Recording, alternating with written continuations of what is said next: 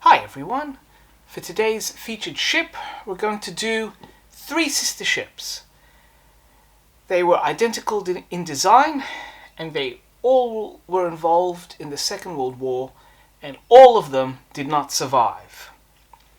Also, I'm trying my best to make up for not including Japanese ships earlier, and so today's trio of vessels are three amazing, fascinating, and terribly unfortunate sister ships. They are the Aikoku Maru, Hokoku Maru, and Gokoku Maru. I apologize if my pronunciation is terrible. Please forgive me.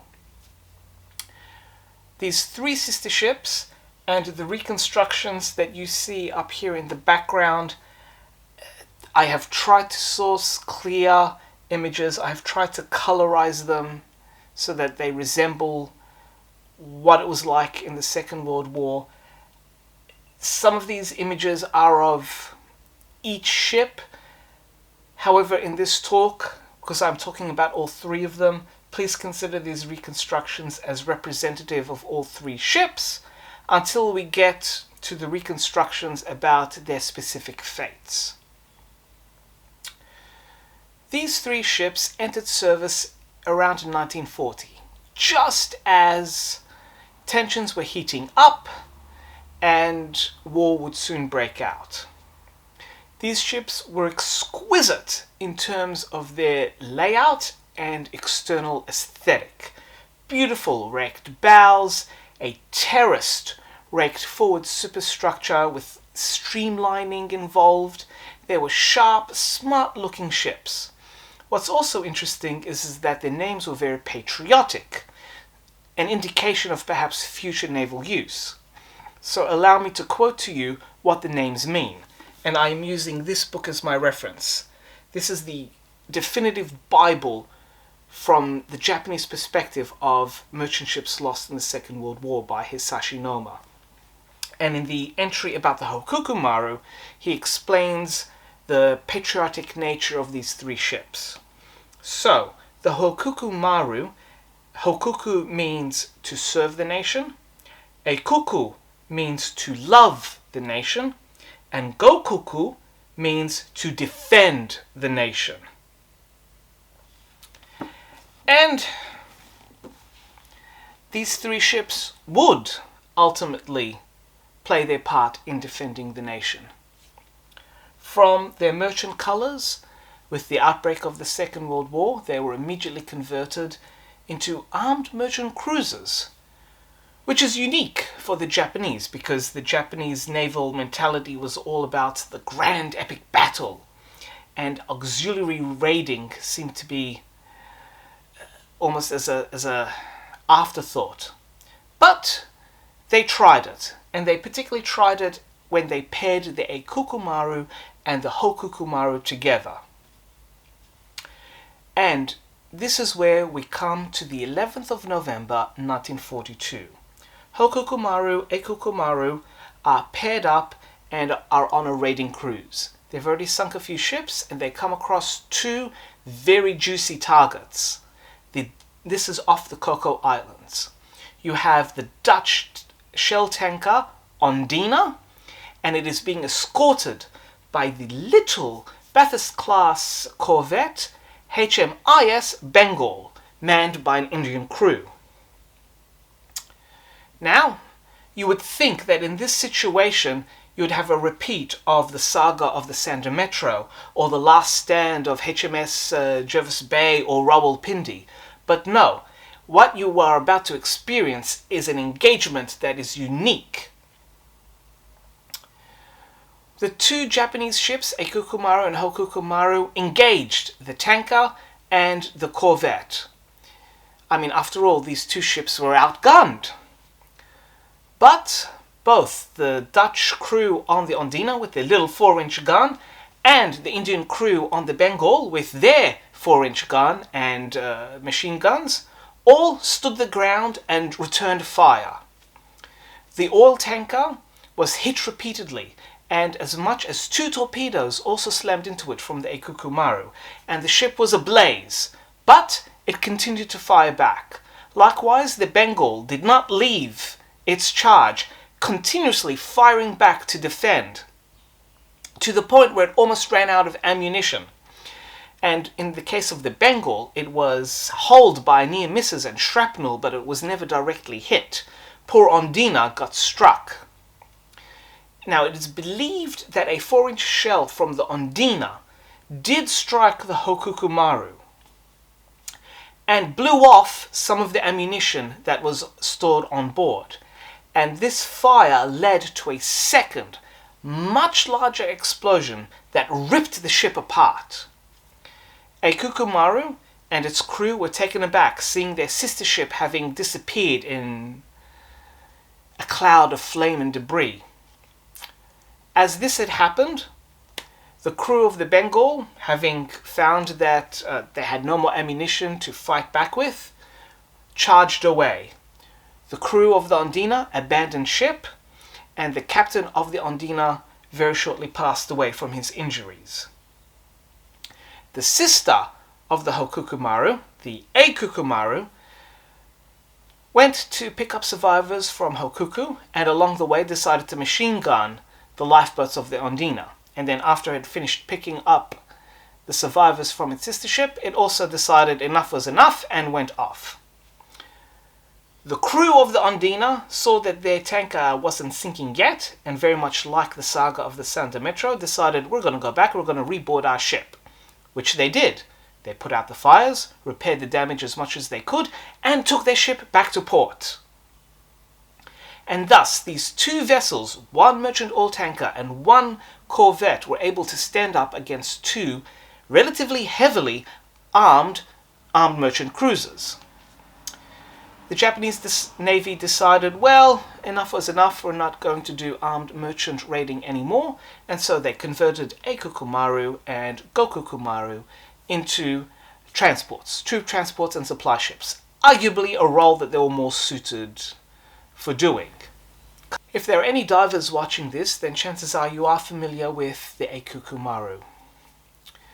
Being used as a transport and supply ship, on the 17th of February 1944, this ship was part of a fleet of vessels that was anchored in Truk Lagoon, which is now modern-day state of Chuk. And on the 17th of February was the day for Operation Hailstone, a massive aerial attack that was aimed at destroying any ship that was within Truk Lagoon, as well as the airfield and other associated installations. The Aikoku Maru was attacked. It was a large ship, quite an easy target. Unfortunately, it was carrying ammunition, and a bomb struck the forward cargo holds, and that ammunition detonated. There's a famous photo of a tremendous ball of smoke rising up, which was essentially a funeral pyre of the Aikoku Maru. Over 700 lives were lost in that instance, and it is also believed that the shockwave of this explosion was so powerful that it knocked out one of the American aircraft that were either attacking or had come out of the attack. By the time the cloud had cleared and the smoke had dissipated, the Aikoku Maru was gone. And to this day, you can dive on the wreck, but it is essentially half a wreck. The stern is there, but the bow is vaporized. It was completely annihilated. And for those who want to read more about the wreck of Aikoku Maru, it is featured in chapter 1 of this book, Dive Truk Lagoon, by Rod MacDonald, which is one of the foremost wreck divers, and any of his books are highly, highly recommended. And that leaves us with the last of the three sister ships, the Gokoku Maru. And this leaves us now with the fate of the third sister ship, the Gokoku Maru. Like its sisters, it would not survive the World War. On the 10th of November 1944, the American submarine USS Barb sent off 2 torpedoes that smashed into cargo holds 2 and 3 and the engine room. The impact of these torpedoes immediately caused the ship to acquire a 30-degree list. According to the Japanese account of what happened next, the submarine rose up, viewed its handiwork, and then just as the Japanese gunners were about to open fire on the submarine, it dived again, and as it dived, it sent off a final torpedo that smashed into number 4 hold. Seeing that the ship was going to sink, the captain ordered all the crew up, give one final cheer for the emperor, and then they abandoned ship. And with that, the Gokoku Maru rolled over and submitted to the sea, disappearing. And thus, 3 ships were lost in the Second World War. These 3 fine sister ships: Hokoku Maru, Aikoku Maru, and Gokoku Maru.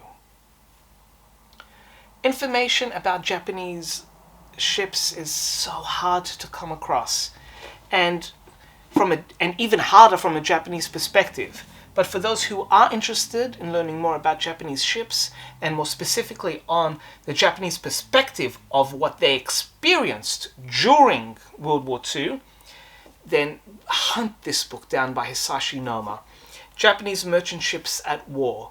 It is a goldmine of information. And it's a counterpoint to what we get from the Allied side of the conflict. I first learned about the defiance of the Ondina and the Bengal and the fiery fate of the Hokoku Maru in this book, Defiance at Sea.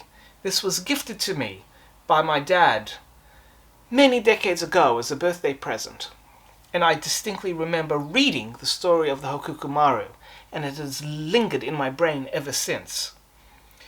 This book is written by John Goodman and covers several instances where there was an unlikely battle and the underdog got the victory, of which, as we know, Bengal and Ondina won that particular battle. In another chapter, there's also one about the Stephen Hopkins against a German armed merchant raider, and there is now a new Osprey title coming out featuring that conflict. But if you are interested in learning about a dozen underdog naval actions, then please do check out Defiance at Sea by John Goodman. And as I previously mentioned, Dive Truck Lagoon for those who want to read about the wreck of the Aikoku Maru and exploring the remains of that ship.